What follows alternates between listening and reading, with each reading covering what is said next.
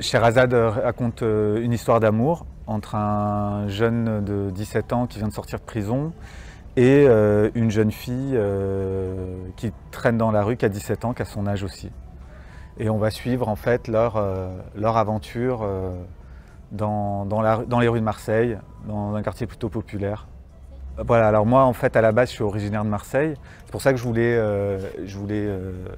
faire mon premier film dans la ville de mon enfance. Effectivement le sujet est dur, mais ça aurait pu aussi se passer dans une autre ville. Hein. Le sujet n'est pas propre à Marseille en fait. Hein. Voilà. C'est vrai que le sujet est documentaire.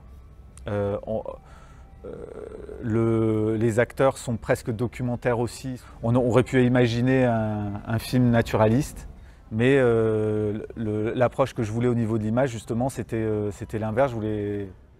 On a essayé d'avoir vraiment une image propre au film.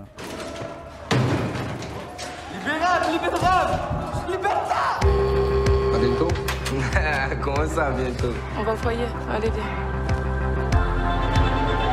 Alors, le mec a fait 4 ans. De quoi? Alors, cadeau. Elle.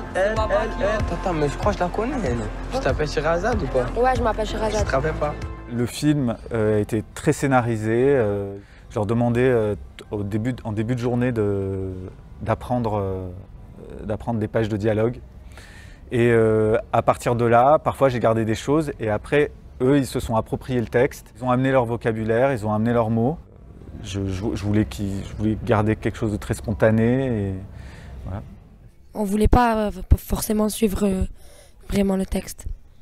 Je veux juste préciser que vraiment tous les acteurs sont non professionnels. Ils n'avaient aucune expérience de théâtre, que ce soit les rôles principaux ou les rôles secondaires. J'ai cru que tu rentres en prison, tu allais comprendre un peu. Mon frère, tu es sorti que dalle, encore plus con qu'avant. T'as vu ce terrain?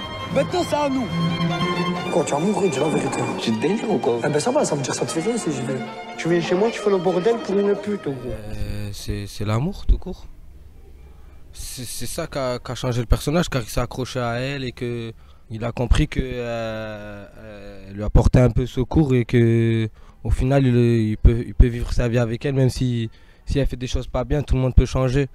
Ils ont découvert ça les deux ensemble en gros. C'est l'amour qui a créé tout ça.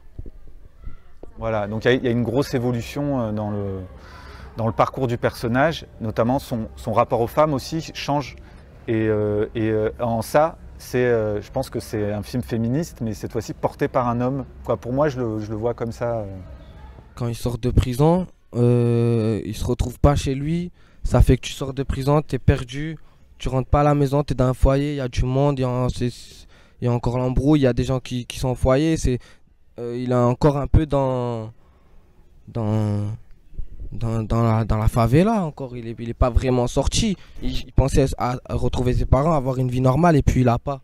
Donc ouais, c'est un peu un message pour les petits, si de la cité et tout, s'ils peuvent le comprendre comme ça, ben ouais, c'est un message. J'avais pas l'idée que ça soit un message, mais une fois que je l'ai fait, ouais, c'est quelque chose de beau, et c'est quelque chose de bien, et c'est quelque chose de compréhensible, et c'est quelque chose que plein de jeunes doivent vivre et peuvent vivre à ce moment-là. Ouais, c'est de la délinquance, il y en a partout à Marseille. Et ouais, si c'est un message, ouais. Mais dans la réalité, j'ai l'impression que c'est un peu comme ça. Quoi, en tout cas, ce que j'avais envie de la façon dont je voulais écrire ça, je voulais l'écrire comme ça. Ouais. Personne n'est responsable. Quoi, en tout cas, ne le porte sur lui. C'est énorme de porter une telle responsabilité, en tout cas. Jamais, je t'ai dit, jamais t'agis comme un homme, toi, en vrai. Juste ça, mets-toi à sa place. Sois là pour elle.